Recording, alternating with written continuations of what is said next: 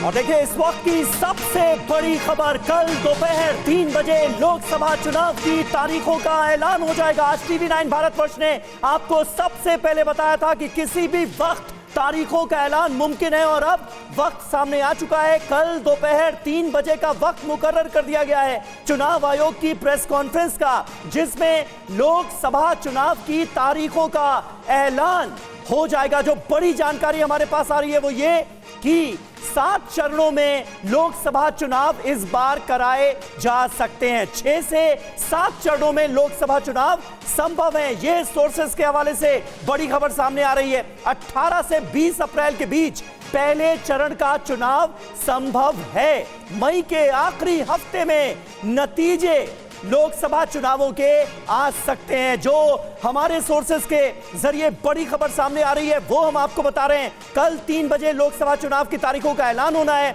6 से 7 चरणों में लोकसभा चुनाव मुमकिन है और 18 से 20 अप्रैल के बीच पहले चरण का चुनाव कराया जाएगा। इसके आसार नजर आ रहे हैं और मई के आखिरी हफ्ते तक लोकसभा चुनावों के नतीजे हमारे सामने होंगे। यानी यह पता चल जाएगा कि केंद्र में इस बार, अब की बार किसकी सरकार बनने जा रही है।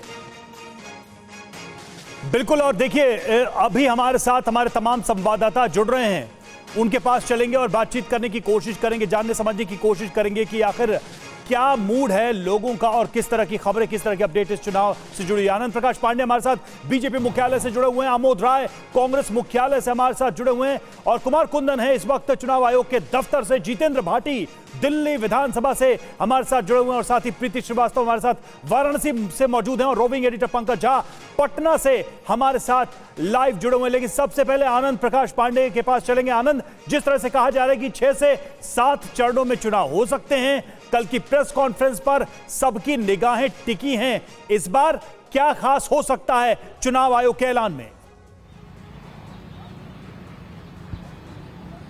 देखिए, चुनाव आयोग ने पिछले 2 से 3 महीने में अपनी सारी तैयारी कर ली है और सभी राज्यों का जो चुनाव आयोग है दौरा कर चुका है। वहाँ के अधिकारियों से मुलाकात हो चुकी है। गृह मंत्रालय, केंद्रीय गृह मंत्रालय के अधिकारियों से मुलाकात हो चुकी है। पैरामिलिट्री फोर्सेस की जितनी तैनाती होनी है, जितनी रिक्वायरमेंट है चुनाव कराने के लिए, चुनाव आयोग ने इसकी जानकारी भी गृह मंत्रालय को दे दी है। और साथ ही साथ जो चुनाव के ऑब्जर्वर्स रहेंगे, वो एक्सपेंडिचर के ऑब्जर्वर्स रहे हों, तमाम जो ऑब्जर्वर्स हैं उनसे भी चुनाव आयोग की मीटिंग हो चुकी है। तो ऐसे में चुनाव आयोग अपनी तरफ से पूरी तरह तैयार है और साथ ही साथ जो जो रिक्वायरमेंट है चुनाव आयोग की, उसने संबंधित डिपार्टमेंट्स को बता दिया है। इसके साथ में हम आपको बता दें कि पिछली बार 7 चरणों में चुनाव हुए थे, इस बार भी संभावना उसी की है। खासतौर से उत्तर प्रदेश और बंगाल जो कि बड़े राज्य हैं, वहाँ पे 7 चरणों में चुनाव कराए जा सकते हैं। और इसके साथ साथ सिर्फ लोकसभा चुनाव नहीं, बल्कि इस बार लोकसभा चुनाव के साथ साथ विधानसभा चुनाव भी कराने हैं। आंध्र प्रदेश, तेलंगाना, उड़ीसा, सिक्किम, यहाँ पे विधानसभा चुनाव भी करा रहे हैं। तो ऐसे में इस बार रिक्वायरमेंट ज़्यादा है और जितनी भी पैरामिलिट्री फोर्सेज की रिक्वायरमेंट चुनाव आयोग को होगी, वो सारी जानकारी केंद्रीय गृह मंत्रालय के साथ जो बैठक हुई थी उसमें दे दी थी। और साथ ही साथ जो ऑब्जर्वर्स, जो अलग अलग ऑब्जर्वर्स रहेंगे, क्योंकि चुनाव पर नजर रखनी होती है, अलग अलग ऑब्जर्वर्स बनाए जाते हैं। हर कॉन्स्टिट्यूएंसी के लिए अलग अलग ऑब्जर्वर्स बनाए जाते हैं, खर्च देखने के लिए ऑब्जर्वर्स बनाए जाते हैं। उन सबको लेकर चुनाव आयोग पहले ही मीटिंग कर चुका है। बस एक औपचारिकता बची है तारीखों का, जिसका ऐलान कल 3 बजे चुनाव आयोग कर देगा। बिल्कुल, 3 महीने से लगातार इलेक्शन कमीशन की चुनाव आयोग की तैयारियां जारी है और अब मौका है तारीखों के ऐलान का, जो कि कल होने वाला है 16 मार्च को। मध्य प्रदेश में क्या कुछ हलचल है, क्योंकि चुनावी तारीखों का ऐलान होने वाला है और ये एक तरह से चुनावी त्योहार होता है। शुभम के पास चलते हैं। शुभम, 29 मध्य प्रदेश में सीटें आती हैं लोकसभा की और ऐसे में हर राजनीतिक दल ये पूरी कोशिश करेगा कि वहां पर जीत हासिल हो। बहरहाल, क्या हलचल देख रहे हैं आप? कल तारीखों का ऐलान हो रहा है। बिल्कुल निधि, कल चुनाव की तारीखों का ऐलान हो रहा है और मध्य प्रदेश का चूंकि आपने जिक्र किया तो 2014 में 29 में से 27 सीटें बीजेपी ने जीती थी और 2019 के चुनाव में 29 में से 28 सीटें जीती। उन लोग हैं, हम उनसे बातचीत करते हैं। आप बताइए क्या माहौल इस बार आप लोगों को दिखाई दे रहा है? टक्कर का मुकाबला होगा या फिर से एक बार एक तरफा मुकाबला रहेगा मध्य प्रदेश? देखिए, मध्य प्रदेश में जिस तरह का राजनीतिक माहौल है, मोदी जी के नेतृत्व में मिशन 400 पार में मध्य प्रदेश की सभी 29 की 29 सीटें भारतीय जनता पार्टी के साथ जाने वाली हैं और माहौल इस तरह का है कि कांग्रेस पार्टी चुनाव में कहीं दिखाई नहीं दे रही है। प्रतिदिन कांग्रेस के के सैकड़ों की तादाद में कार्यकर्ता भारतीय जनता पार्टी में ये बात भी सही है कि 5000 से ज़्यादा कार्यकर्ता बीते 2 महीनों में कांग्रेस छोड़कर बीजेपी में शामिल हुए हैं। तो इस बार क्लीन स्वीप क्या करने जा रही है बीजेपी, या टक्कर का मुकाबला दिखाई देगा? देखिए, मुकाबला तो पूरी तरीके से एक तरफा है। इस देश में चुनाव इस बार मुख्य रूप से 3 बिंदुओं पर केंद्रित है। पहला, प्रधानमंत्री जी की लोकप्रियता और स्वीकार्यता जो पूरे देश में है। हम देख रहे हैं उन अंचलों में जहां पर भारतीय जनता पार्टी पारंपरिक रूप से बहुत बेहतर प्रदर्शन नहीं करती। छिंदवाड़ा सीट है, ये लग रहा है आपको इस बार बीजेपी जीतेगी, क्योंकि दोनों कैंडिडेट सामने अब? देखिए, स्वाभाविक तौर पर हमारा वहां पर अथक कई वर्षों का संघर्ष है, जिसका परिणाम इन चुनावों में हमको मिलने जा रहा है। और स्वाभाविक तौर पर भारतीय जनता पार्टी कॉन्फिडेंट तो नजर आ रही है, लेकिन चुनाव के ऐलान के बाद से निश्चित तौर पर पार्टियों की रणनीति देखनी होगी। जितेंद्र भाटिया हमारे साथ दिल्ली विधानसभा से जुड़े हुए हैं। जितेंद्र, दिल्ली की बात करें तो दिल्ली का मुकाबला बेहद दिलचस्प नजर आ रहा है, क्योंकि इस मुकाबले को काफी कड़ा कर दिया है आम आदमी पार्टी और कांग्रेस के गठबंधन ने। उसके वो जो साझा चुनाव लड़ने की तैयारी कर चुके हैं उस चुनावी स्थिति ने।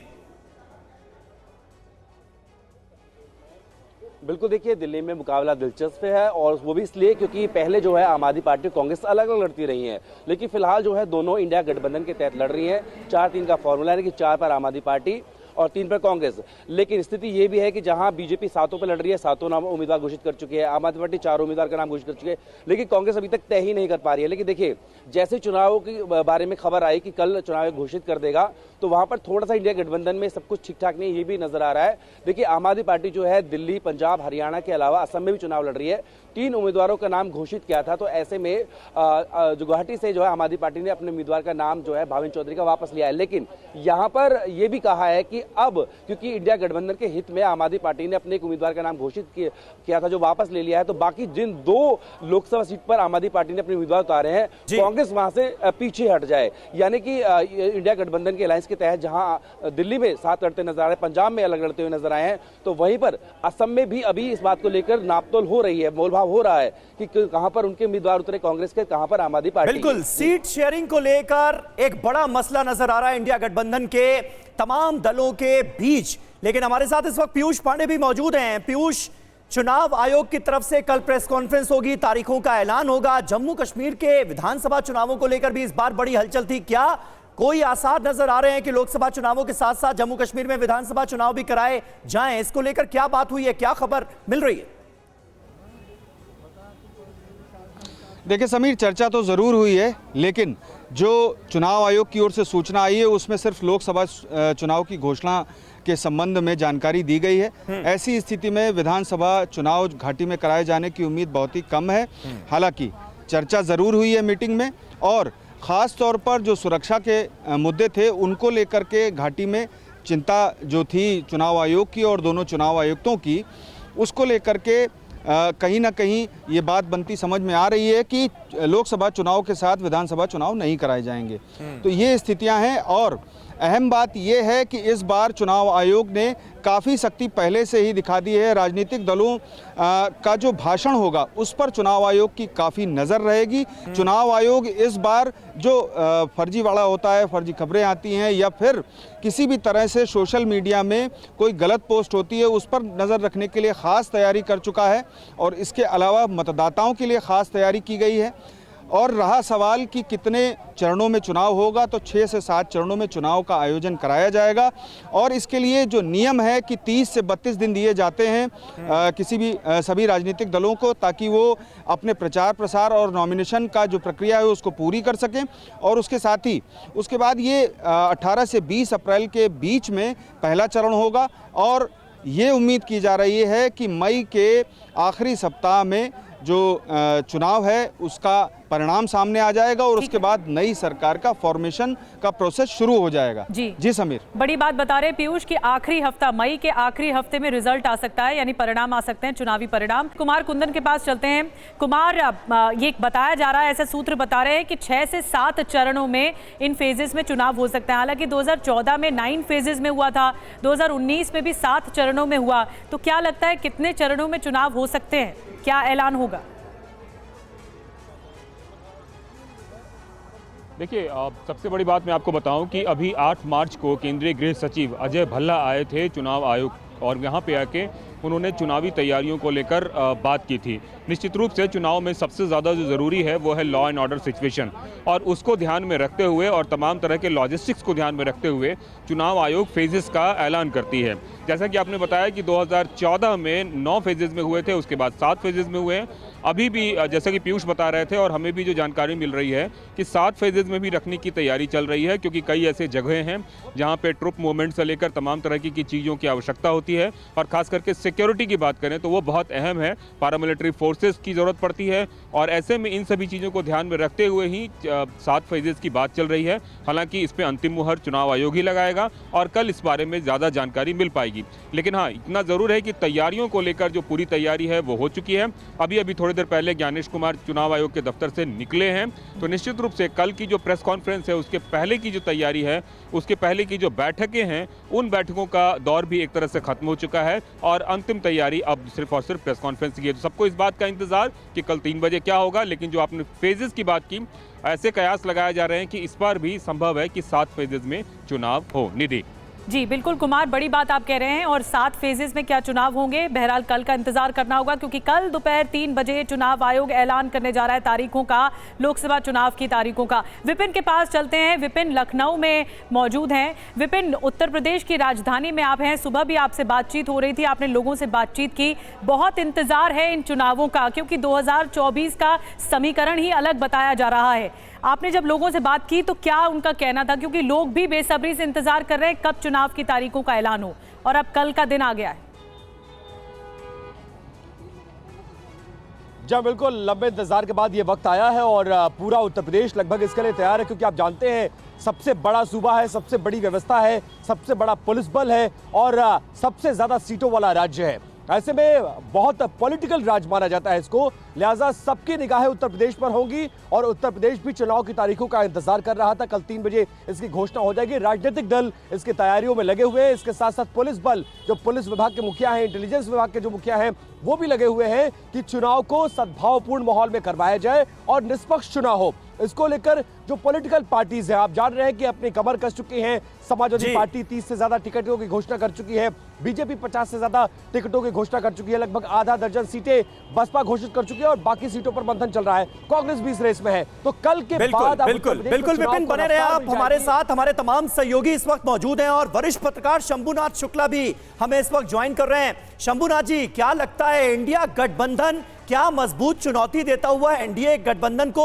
दिखता है क्या? क्योंकि इस बार एनडीए 400 पार के नारे चर्चा में और इंडिया गठबंधन में अभी भी सीट शेयरिंग को लेकर एक तरह की रस्साकशी तो नजर आ रही है। देखिए, इंडिया गठबंधन में सिवाय दिल्ली के बाकी कहीं उसके गठबंधन के घटक दल इधर उधर बिखर रहे हैं और खुद कांग्रेस के अंदर से भगदड़ मची हुई है। अभी 2 दिन पहले कांग्रेस की एक बड़े नेता अजय कपूर बीजेपी में शामिल हो गए, जबकि वो 3 बार के विधायक रह चुके थे, बिहार के इंचार्ज थे। तो ये जब स्थिति है तो इससे लगता है कि इंडिया गठबंधन उस तरह से चुनावी तैयारी नहीं कर रहा जैसे कि बीजेपी कर रही है। बीजेपी ने अपने सारे कील कांटे दुरुस्त कर लिए हैं। जैसे अभी हरियाणा में मनोहर लाल खट्टर को हटाया जाना मुख्यमंत्री पद से, नया मुख्यमंत्री लाया जाना, वो शायद इसलिए भी रहा होगा कि दिखाना चाहती होगी बीजेपी कि हमारे पास ओबीसी नेताओं की कमी नहीं है, हम ओबीसी नेताओं को देखिए कहां कहां बिठाते हैं। इसके अलावा और सीए एक बड़ी ठीक है, लेकिन तो सीए, लेकिन आप जो कह रहे हैं कि बीजेपी की तैयारी काफी बड़ी नजर आ रही है, लेकिन क्या कुछ ऐसे फ्रंट्स भी हैं जहां पर बीजेपी को मुद्दों के आधार पर या फिर जो ये चुनावी गठजोड़ है उसके आधार पर चुनौतियों का सामना करना पड़ सकता है, और अगर है तो वो क्या है?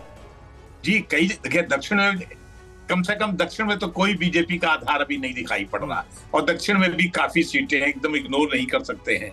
उत्तर की तुलना में थोड़ी कम जरूर होंगी लेकिन है। उसी तरह नॉर्थ ईस्ट में भी थोड़ी समस्या आ सकती है। बंगाल में 42 सीटें हैं, अब कितनी इसमें बीजेपी को मिल पाएंगी और कितनी टीएमसी या कांग्रेस लेफ्ट गठबंधन को जाती है, थोड़ी सी दिक्कत होगी। अभी तो इतना आसान नहीं है।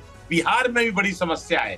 अभी सारे उसके घटक दल जो हैं, चाहे वो पासवान की पार्टियां हो या दूसरी, कहीं ना कहीं बीच बीच में उन्हें दिखाई पड़ रहा, दरारें दिखाई पड़ रही हैं। तो इनको जो लाभ अधिक से अधिक मिल सकता है, उत्तर प्रदेश, उत्तराखंड, हरियाणा, बस यही सब चीजें दिखाई पड़ रही, मध्य प्रदेश, छत्तीसगढ़, राजस्थान।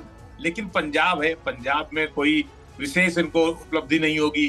हिमाचल में बीजेपी की सरकार, कांग्रेस की सरकार है, हो सकता है बीजेपी जोड़ घाट करके वहां कुछ अच्छी सीटें ले आए, लेकिन 4 या 5 सीटों से क्या होगा? असली लड़ाइयां जिन बड़े स्टेट्स में है वो है महाराष्ट्र, बंगाल, तमिलनाडु, जहां ज्यादा सीटें हैं। उत्तर प्रदेश के बाद कोई आएगा तो महाराष्ट्र है, फिर बंगाल है, फिर तमिलनाडु है। यहाँ पर तो बीजेपी को कितनी सीटें मिल जाएंगी कुछ नहीं कहा। तमिलनाडु भी एक बहुत बड़ी चुनौती है। जयशंकर जी, बहुत बड़ी बात आपने कही। एक सवाल मैं और आपसे रखूंगी, लेकिन जल्दी से मैं प्रीति के पास चलती हूँ। वो सवाल ये है कि क्या 10 सालों में एंटी इनकम्बेंसी फैक्टर आपको कहीं ना कहीं दिखता है इन चुनावों में? क्या ऐसा है? ये सवाल जरूर है। प्रीति, मैं आपके पास आ रही हूँ। अगर लोग आपके पास हैं, देखिए हम देख सकते हैं आपके पीछे लोग खड़े हैं। कल हो रहा है चुनावी तारीखों का ऐलान। लोग क्या कह रहे हैं, उनसे बातचीत कीजिए।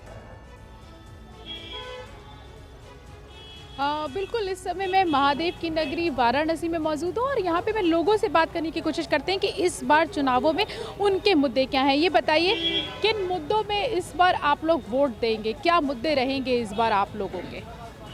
देखिए, बनारस में अगर बात करी जाए तो बनारस का कोई मुद्दा विशेष रह ही नहीं गया है। माननीय प्रधानमंत्री जी और मुख्यमंत्री जी के नेतृत्व में चौमुखी विकास का कार्य हो रहा है। बस एक छोटी सी समस्या बनारस जिले के लिए और शहरी क्षेत्र में अभी है, और हम लोग को उम्मीद है कि तीसरे कार्यकाल में वो समस्या, जो जाम की समस्या बनारस में बहुत बड़ी है, समस्या बहुत ज़्यादा है, उसको लेकर ये बात कर रहे हैं। ये आप क्या कहेंगे? हाँ, ट्रैफिक ही मेन यहाँ जाम समस्या है। ये मेन बात प्रधानमंत्री का क्षेत्र है। यहाँ लगभग 18.5 लाख मतदाता हैं और इस बार जैसा आपने बताया कि यहाँ पे विकास कार्य 40,000 करोड़ रुपए से अधिक हुए हैं, लेकिन यहाँ सबसे बड़ी समस्या ये जाम की है। और जहाँ तक जीत का सवाल है, मुद्दे का सवाल है, तो ये प्रधानमंत्री अपने ही जीत का यहाँ रिकॉर्ड तोड़ेंगे। उम्मीद की जा रही है। और यहाँ पे लोग हैं, उनसे बात करते हैं। ये बताइए, आप लोगों के क्या मुद्दे रहेंगे इस बार? किन मुद्दों पे आप चाहते हैं? बेरोजगारी रहेगी, महंगाई रहेगा, जो क्यूटो शहर बनाते टोटो शहर बना दिए, तो उस पे रहेगा। और दूसरी बात आप देख रहे हैं कि रोजगारी मुद्दा रहेगा, उस पर वोट करेंगे। आप क्या कहेंगे? देखिए, बढ़ती महंगाई से हर लोग युवा टूट चुका है, और आज को बता दें कि जिस तरीके से युवाओं को नौकरी की तलाश है, चाहे इलाहाबाद हो, बनारस हो, पटना हो, दिल्ली हो, हर जगह युवा बस एक रोजगार की रोजगार मुद्दा होगा। और आपको एक चीज़ और बात बता दें कि जिस तरीके से इस बार के चुनाव होगा, तो जनता चुनाव लड़ेगी। प्रधानमंत्री हो चाहे भारतीय जनता पार्टी हो, तो एकदम आपसे मैं एक खुलकर मैं बता रहा हूं कि इस बार के जो चुनाव होंगे, जनता चुनाव लड़ेगी। जनता हर बार ही चुनाव लड़ती है, ऐसा नहीं है। जनता हर बार ही चुनाव जनता का ही होता है। ये बताइए, आप क्या कहेंगे, क्या मुद्दे रहेंगे? महंगाई सबसे ज़्यादा जो है कि प्रभावित कर रही है, क्योंकि किसी भी घर में एक आम मिडिल फैमिली को बिल्कुल प्रीति, देखिए वाराणसी की जो जनता है वो अपने मुद्दे बता रही है कि किन विषयों पर इस बार वो विचार कर रहे हैं चुनाव में मतदान से ठीक पहले। और देखिए 24 घंटे बाद चुनाव कार्यक्रम सामने आ जाएगा। उससे पहले आपको पीएम मोदी का TV9 सत्ता सम्मेलन का बयान सुनाते हैं, जिसमें उन्होंने तीसरे टर्म की गारंटी दी है। आज भारत अपने उज्जवल भविष्य के लिए दिन रात मेहनत कर रहा है। भारत फ्यूचरिस्टिक है, और इसलिए आज जब सब लोग कहने लगे हैं इंडिया इज द फ्यूचर, आने वाला समय और महत्वपूर्ण है। आने वाले 5 साल बहुत महत्वपूर्ण है। और मैं ये सुज्ञ ऑडियंस यहाँ बैठा है और बड़ी जिम्मेवारी के साथ कहता हूँ, हमारे तीसरे कार्यकाल में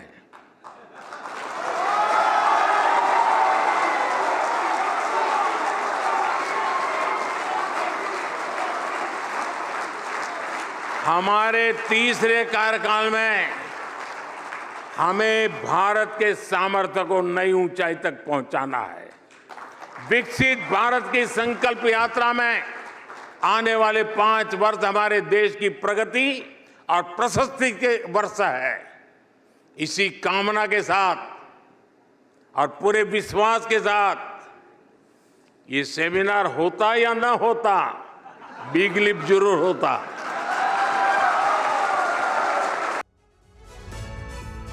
TV9 भारतवर्ष के समिट में प्रधानमंत्री मोदी ने ये बात कही फ्यूचरिस्टिक इंडिया के बारे में, भारत के बारे में, विकसित भारत के बारे में। जयशंकर गुप्ता जी, मैं आपके पास आ रही हूँ इसी सवाल के साथ जो मैंने पहले भी आपसे पूछा था। क्या कोई फैक्टर ऐसा है, क्योंकि बीजेपी ने तो 2047 तक की तैयारी कर रही है, 2 दशक आगे की तैयारी की है।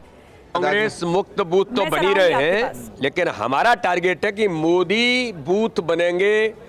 64,523 बूथों पर मोदी बूथ के संकल्प के साथ मैदान में उतरे, हर बूथ पर हम जीते। एक आखिरी सवाल, चाहे 2014 का चुनाव हो, 19 का हो, एक सीट जो है बीजेपी हमेशा मध्य प्रदेश में चुक जाती है, वो है छिंदवाड़ा। आप इस बार छिंदवाड़ा में रिकॉर्ड बनेगा, हर बूथ पर जीतेंगे। 29 लोकसभा बीजेपी के प्रदेश अध्यक्ष वी डी शर्मा हमसे बातचीत कर रहे थे और दावा कर रहे हैं कि इस बार प्रचंड बहुमत से बीजेपी जीत दर्ज करेगी। साथ ही साथ एक सीट जो सबसे कठिन मानी जाती है मध्य प्रदेश में बीजेपी के लिए, वो है छिंदवाड़ा, कमलनाथ का गढ़। 2014 और 19 में बीजेपी को यहां से हार मिली थी, मगर 2024 में वी डी शर्मा दावा कर रहे हैं कि परिणाम जरूर बदलेंगे। तो देखिए शुभम, हमारे संवाददाता इस वक्त जो जानकारी दे रहे हैं वो बड़ा अहम है। वी डी शर्मा तो ये दावा कर रहे हैं कि इस बार सारी की सारी सीटें जीतेंगे। छिंदवाड़ा, जहां से नकुल नाथ कांग्रेस पार्टी के उम्मीदवार हैं, वो सीट जो है उस पर खासा जोर नजर आ रहा है। इस बार भारतीय जनता पार्टी का दावे उसको लेकर भी जीत के किए जा रहे हैं। लेकिन देखिए, अब हम आपको बताते हैं बीजेपी के लिए जो बहुत मजबूत सीटें हैं उनकी संख्या कितनी है। 2009, 2014 और 2019 के नतीजों को एनालाइज करने के बाद यह जानकारी सामने आती है कि 95 सीटें बीजेपी के लिए बहुत मजबूत हैं, जिनमें इन तीनों ही चुनावी सालों में जीत हासिल हुई बीजेपी को।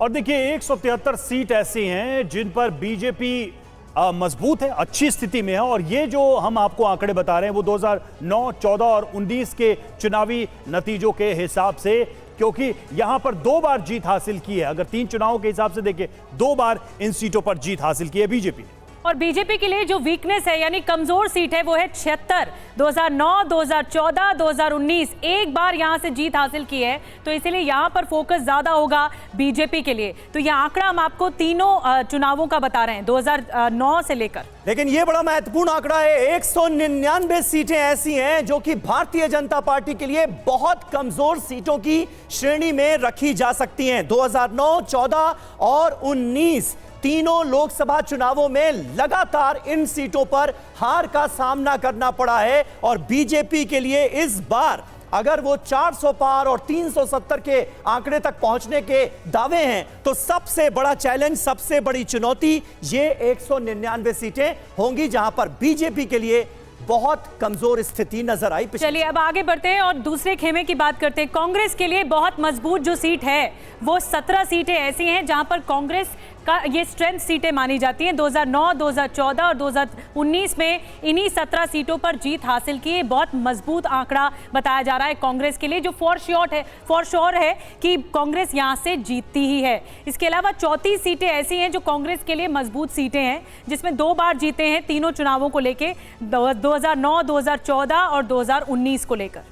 तो ये वो सीटें हो गई जहां पर कांग्रेस ठीक ठाक कर रही है 3 चुनाव में। लेकिन अब बात करते हैं कमजोर सीटों की। 183 ऐसी सीटें हैं जहां पर एक बार जीत हासिल हुई, यानी 3 चुनाव के आंकड़ों को मिलाकर हमने देखा सिर्फ एक बार ही कांग्रेस यहां से जीती है। तो यहां एक टफ चैलेंज होगा कांग्रेस के लिए। बिल्कुल, लेकिन आप देखिए बेहद कमजोर सीटों पर जब हम देखते हैं, नजर डालते हैं, तो उसका आंकड़ा कितना बड़ा है। यानी ये आंकड़ा जितना बड़ा है उतनी ही चुनौती बड़ी है कांग्रेस पार्टी के लिए। 309 सीटें कांग्रेस के लिए बेहद कमजोर की श्रेणी में है। पिछले 3 लोकसभा चुनावों में यहां पर पार्टी को हार का सामना करना पड़ा है। शंभुनाथ शुक्ला जी हमारे साथ मौजूद हैं। शुक्ला जी, ये जो चुनौती है, चैलेंज है, वो इंडिया गठबंधन के सामने, कांग्रेस पार्टी के सामने और बड़ा नजर आता है जब हम कमजोर सीटों का और मजबूत सीटों का आकलन, एक एनालिसिस करते हैं। इंडिया गठबंधन वो कौन से मुद्दे हैं जिन पर इस बार सरकार को, एनडीए को घेरने की कोशिश करेगा, जिसका कुछ फायदा आप इन चुनावों में होते देख रहे हैं इंडिया गठबंधन के मद्देनजर? देखिए, इंडिया गठबंधन के कुछ मुद्दे तो सरकार जो उठाए जा रहे हैं राहुल गांधी द्वारा, जैसे ओबीसी का मुद्दा है, दलितों का मुद्दा है, उसमें वो तो सरकार पूरा किए जा रही है। जिस तरह मुख्यमंत्रियों का हेरफेर और नेताओं का हेरफेर किया जा रहा है, यानी ओबीसी नेताओं को लाया जा रहा है, तो उससे लगता है कि ये मामला तो ज्यादा नहीं बैठेगा। लेकिन बेरोजगारी है, महंगाई है, इसका असर जरूर पड़ेगा। भले कहा जाए कि महंगाई की दर, थोक महंगाई की दर कुछ घटी है, क्या कोई फैक्टर है जयशंकर जी? क्या कोई एंटी इनकम्बेंसी फैक्टर है? जल्दी से मैं फिर अपने एक और सहयोगी के पास जाऊंगा। बेरोजगारी और महंगाई दो चीजें ऐसी हैं। बेरोजगारी और महंगाई आपने कहा, बड़ी बात कही आपने जयशंकर सर। मैं जल्दी से राजीव के पास चलूंगी जो कि मुंबई से इस वक्त है। महाराष्ट्र में एक तरह से एनडीए ने तो अपनी जो सीट शेयरिंग है उस पर बात बना ली है, लेकिन इंडिया गठबंधन अभी भी थोड़ा उलझा हुआ है।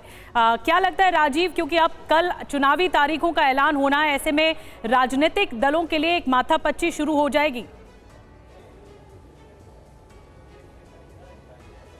देखिए, एमबीए में तो माथापच्ची पिछले 2 से 3 महीनों से लगातार चल रही है। लगभग 10 बैठकें एमबीए की हो चुकी है और पिछले 3 बार से ये कहा जा रहा है कि ये आखिरी बैठक है, इसके बाद में एमबीए की बैठक नहीं होगी। सीट शेयरिंग जो है उसका फॉर्मूला बता दिया जाएगा, जगजाहिर किया जाएगा, लेकिन ना तो बैठकों का दौर खत्म हो रहा है, ना ही सीट शेयरिंग का फॉर्मूला बाहर आ पा रहा है। और यहाँ अगर एनडीए की बात करें तो एनडीए में अंदर एक अंडरस्टैंडिंग जरूर है, क्योंकि बीजेपी ने अपने 20 उम्मीदवार घोषित कर दिए हैं और आज शाम को एकनाथ शिंदे की अगुवाई वाली शिवसेना भी जो जानकारी सामने आ रही है उसके मुताबिक 5 से 6 उम्मीदवार अपने घोषित कर सकती है। चूंकि अगर सीटों के लिहाज से देखें तो महाराष्ट्र उत्तर प्रदेश के बाद दूसरा सबसे बड़ा राज्य है, 48 लोकसभा की सीटें हैं और यहाँ पर बीजेपी और उनके साथी दलों ने जो टारगेट रखा है वो 45 प्लस का रखा है। ऐसे में उनकी कोशिश यही है कि समय रहते जो है लोगों से बातचीत करके जल्द से जल्द सीटों का बंटवारा हो जाए। हालांकि उनका ये दावा किया जा रहा है कि भले उन्होंने पब्लिकली जाहिर नहीं किया है, लेकिन ये जानकारी जरूर सूत्रों के हवाले से सामने आई है। राजीव, लेकिन एक सवाल है महाविकास आघाड़ी और महाराष्ट्र की राजनीति को लेकर कि कमजोर और डिवाइडेड जो शिवसेना है, एनसीपी है और कांग्रेस भी कुछ हद तक, क्योंकि बड़े नेता तो इधर आते नजर आ रहे हैं अभी हाल फिलहाल के दिनों में, कितनी बड़ी चुनौती महाविकास आघाड़ी पेश कर सकती है इस चुनाव में, तब जबकि पार्टी टूट चुकी है, नेता बड़े छोड़ चुके हैं दल को?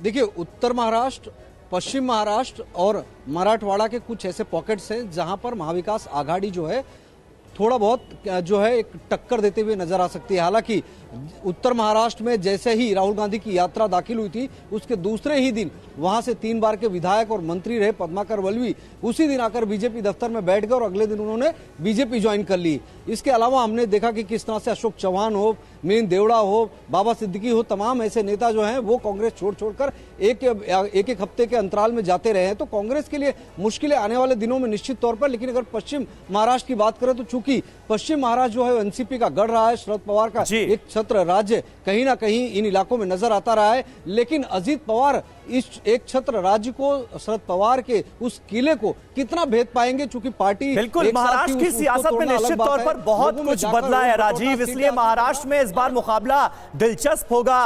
उद्धव ठाकरे की पार्टी टूटी, शरद पवार की पार्टी टूटी और दोनों के एक खेमे भारतीय जनता पार्टी के साथ आ चुके हैं, एनडीए का हिस्सा बन चुके हैं, इसलिए वहां पर मुकाबला दिलचस्प होगा। लेकिन लोकसभा चुनावों को लेकर अभी तक की अपडेट अब हम आपके सामने रखने जा रहे हैं। सबसे बड़ी खबर यही है कि तारीखों का ऐलान कब, यह सवाल हर किसी के जहन में था, इसका जवाब मिल गया है कल दोपहर 3 बजे। कल दोपहर 3 बजे चुनाव आयोग की प्रेस कॉन्फ्रेंस में तारीखों का ऐलान कर दिया जाएगा। कितने चरणों में चुनाव, यह दूसरा बड़ा सवाल जो हर किसी के जहन में था। 6 से 7 चरणों में मतदान संभव है। पिछली बार 7 चरणों में कराए गए थे 2019 में लोकसभा चुनाव। पहले चरण का चुनाव जो है वो 18 से 20 अप्रैल के बीच में कराया जा सकता है, मुमकिन नजर आ रहा है, ये हमारे सोर्सेज बता रहे हैं। इसके अलावा नतीजे कब आएंगे, यानी ये कब पता चलेगा कि केंद्र में अब की बार किसकी सरकार बनने जा रही है। मई के आखिरी हफ्ते में नतीजे हमारे सामने होंगे लोकसभा चुनावों के। नामांकन और प्रचार के लिए 30 से 32 दिन का वक्त तमाम कैंडिडेट्स को मिलेगा, अलग अलग पार्टियों को मिलेगा। तो ये अब तक की जो बड़ी अपडेट्स हैं वो हमने आपके सामने रखी। और 2019 लोकसभा चुनाव में 14 सीटें ऐसी थी जहां जीतने और हारने वाले उम्मीदवार के बीच वोटों का अंतर 5000 से भी कम था। 16 सीट पर हार जीत के बीच सिर्फ 5000 से 10000 वोटों का फर्क था, जबकि 16 सीटों पर हार जीत का वोट मार्जिन 10000 से 15000 के बीच था। देखिए, हम आपको दिखा रहे हैं कि वोट मार्जिन क्या था, और इसमें 5000 से जो कम था वो 14, 5000 से 10000 के बीच था वो 16 और 10000 से 15000 के बीच था वो 16 था। तो ये एक आंकड़ा है जिसमें वोटों का अंतर बहुत कम था। बिल्कुल, देखिए ये सारी सीटें हैं जिस पर एक तरीके से कह सकते हैं कि बहुत ही मजबूत चुनौती रही, जबरदस्त फाइट देखने को मिली है। वो आंकड़े भी हम आपको दिखा रहे थे। अब देखिए, अब हम आपको बता रहे हैं कि कैसे लोकसभा चुनाव 2019 और 2009 के जो नतीजे रहे हैं उसमें क्या स्थिति रही थी। बीजेपी वर्सेस कांग्रेस की बात करते हैं तो देखिए, बीजेपी को 116 वोट मिले, 116 सीटें मिली थी, कांग्रेस को 206 सीट्स मिली थी। तो इस तरीके से ये अंतर जो है 2009 में काफी बड़ा था बीजेपी और कांग्रेस के बीच। 2014 की बात करें तो स्थितियां यहां पर बदलती हैं। नरेंद्र मोदी की एंट्री होती है, बीजेपी 282 सीटों पर अकेले जीत दर्ज करती है और कांग्रेस देखिए सिमटकर 44 सीटों पर रह जाती है, यानी कांग्रेस को जबरदस्त नुकसान होता है। और अब 2019 की बात करें तो यहां पर यह मार्जिन और बढ़ता है। यहां पर बीजेपी 303 सीटें जीतती है। हालांकि कांग्रेस कुछ जरूर रिकवर करती है, लेकिन ये बहुत कोई उत्साहजनक आंकड़े कांग्रेस के लिए नहीं रहे। इसीलिए कहा जा रहा है कि 2024 में क्या ये तस्वीर इंडिया गठबंधन के सहारे कांग्रेस भी बदल पाएगी। आनंद हमारे साथ जुड़े हुए। आनंद, बड़ा सवाल तो यही है कि चुनाव दर चुनाव कांग्रेस की स्थिति बहुत मजबूत नहीं नजर आ रही। अकेले कांग्रेस की बात करें, इंडिया गठबंधन जो भी बना है, जिस तरीके का गठबंधन हुआ है, क्या उससे कुछ उम्मीद कांग्रेस को है कि बीजेपी जिस टारगेट की बात कर रही है उससे कहीं पीछे रोक दे बीजेपी को इंडिया गठबंधन और कांग्रेस को कुछ फायदा हो? 44, 55 उससे आगे निकले कांग्रेस? देखिए, अभी तक की जो तैयारियां हैं कांग्रेस या फिर इंडिया गठबंधन की, उसको देखकर तो ऐसा नहीं लगता। इंडिया गठबंधन बनाने की शुरुआत बड़े ही तामझाम से हुई थी और जिस तरह से आपने देखा था कि नीतीश कुमार ने इसकी शुरुआत की थी, उन्होंने ये आइडिया दिया था, उसका सभी दलों की बैठक हुई थी। लेकिन उसके बाद से जो इसके मुख्य ऑर्गेनाइजर्स हैं नीतीश कुमार, वो अलग हो चुके हैं, वो एनडीए के साथ आ चुके हैं।